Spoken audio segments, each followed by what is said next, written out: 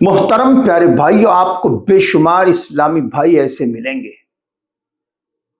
جو پانچوں وقت کے نمازی ہیں، حتیٰ کہ ایک زمانہ گزر گیا ان کی تکبیر اولیٰ فوت نہیں ہوتی، لیکن ایسے نمازی شخص کو آپ کبھی تنہائی میں لے کر بیٹھ جائیں کہ بھائی آپ کو دیکھ کر بڑی خوشی ہوتی ہے کہ آپ کی کوئی تکبیر اولیٰ فوت نہیں ہوتی، آپ نمازوں کے بڑے پابند ہیں، دل دیکھ کر خوش ہوتا ہے، سوچا کہ آج آپ کے ساتھ بیٹھ کر کچھ باتیں کروں، اگر آپ ناراض نہ ہوں تو میں کچھ باتیں آپ سے پوچھوں۔ تو وہ شخص اپنا سینہ چوڑا کر کے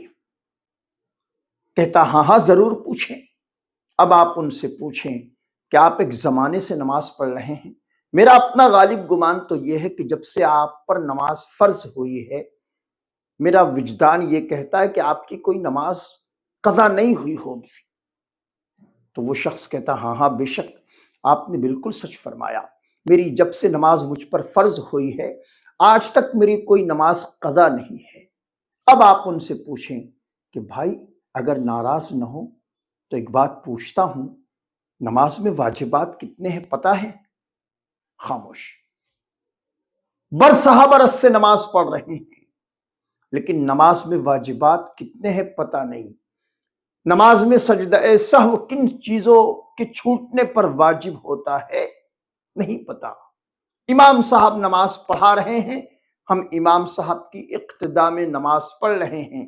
تکبیر اولیٰ کے ساتھ ہم جماعت میں شریک ہوئے ہیں، اور عالم یہ ہے کہ امام صاحب سورہ فاتحہ بلند آواز سے پڑھی،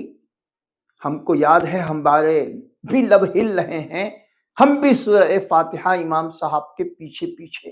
آہستہ آہستہ پڑھ رہے ہیں۔ امام صاحب نے اگلی سورت ملائی، اگر وہ سورت ہمیں یاد ہے تو کوشش یہ ہوتی ہے کہ ہم اس سورت کو بھی پڑھیں۔ اب آپ بتائیں، یہ شخص ایک زمانے سے تکبیر اولیٰ کا پابند ہے، لیکن اس کو امام کے پیچھے نماز پڑھتے وقت تلاوت کرنی چاہیے یا نہیں کرنی چاہیے اس کا بھی علم نہیں ہے۔ میرے پیارے بھائی، آئیے آج اسی طرح کی کچھ معلوماتی گفتگو کے لیے میں مفتی طاہر مدنی صاحب کا ایک شارٹ کلپ حاضر کرتا ہوں، اور آپ سے بڑے ہی ادب و احترام سے گزارش کرتا ہوں، آپ کا مدنی اشرفی سرکار چینل آپ کے سامنے اسی طرح معلوماتی ویڈیو حاضر کر رہا ہے جو آپ کی معلومات میں اضافے کا باعث بنے گی، اضافے کا سبب بنے گی، اور آپ سے ادباً گزارش بھی کرتا ہوں اس کو آپ خود بھی دیکھیں، اپنے دوست احباب تک اس کو شیئر بھی کریں تاکہ قرآن کی اس آیت پر عمل ہو جائے۔ تعاونوا علی البر والتقوی، نیکی اور بھلائی کے کام میں ایک دوسرے کی مدد کرو۔ اگر آپ اچھا کام کر رہے ہیں آپ مجھ سے مدد حاصل کریں، میں آپ کی مدد کروں گا، میں اگر اچھا کام کر رہا ہوں آپ میری مدد کریں، اس طرح آپ میری مدد کریں گے میں آپ کی مدد کروں گا، قرآن کی ایک آیت پہ عمل ہوگا۔ اللہ فرماتا ہے یا ایھا الذین آمنوا ان تنصروا اللہ ینصرکم ویثبت اقدامکم، اے ایمان والو تم میرے دین کی مدد کرو گے میں تمہاری مدد کروں گا۔ محترم پیارے بھائیوں، اسی جذبے کے تحت مجھے اپنی اور ساری دنیا کے لوگوں کی اصلاح کی کوشش کرنی ہے۔ آئیے اسی جذبے کے تحت اس ویڈیو کو دیکھتے ہیں اور دیکھنے کے بعد اپنے دوست احباب کو شیئر بھی کرتے ہیں۔ میں مفتی صاحب کی ویڈیو کلپ حاضر کرتا ہوں، اسے توجہ سے دیکھیں۔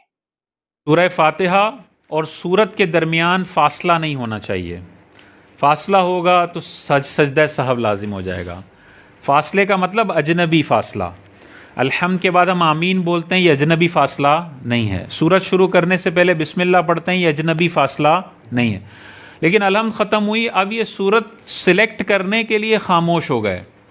اور 5 سیکنڈ تک سوچ رہے ہیں کہ میں کون سی پڑھوں، یہ والی بھی اچھی ہے، یہ والی بھی اچھی ہے۔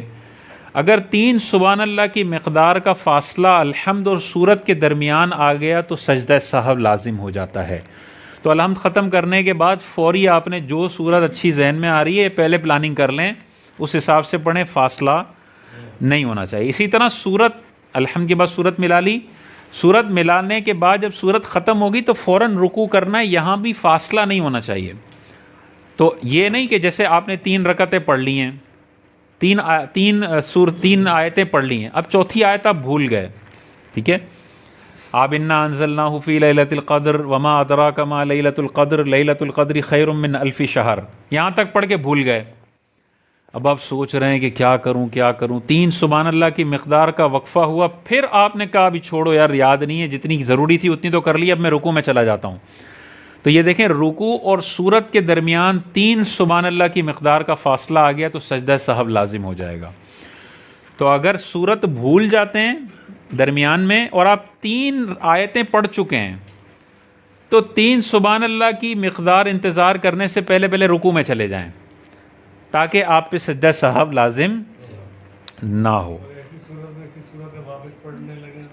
واپس پڑھ لیں، انا انزلنا واپس پڑھ لیں، پھر وہاں پہ آ کے اٹک جائیں اور یاد نہیں آ رہا، پھر واپس پڑھ لیں، پھر وہاں پہ آ کے اٹک جائیں، یاد نہیں آ رہا تو بس بہت زیادہ تکلف کی ضرورت نہیں، آپ رکوع میں چلے جائیں،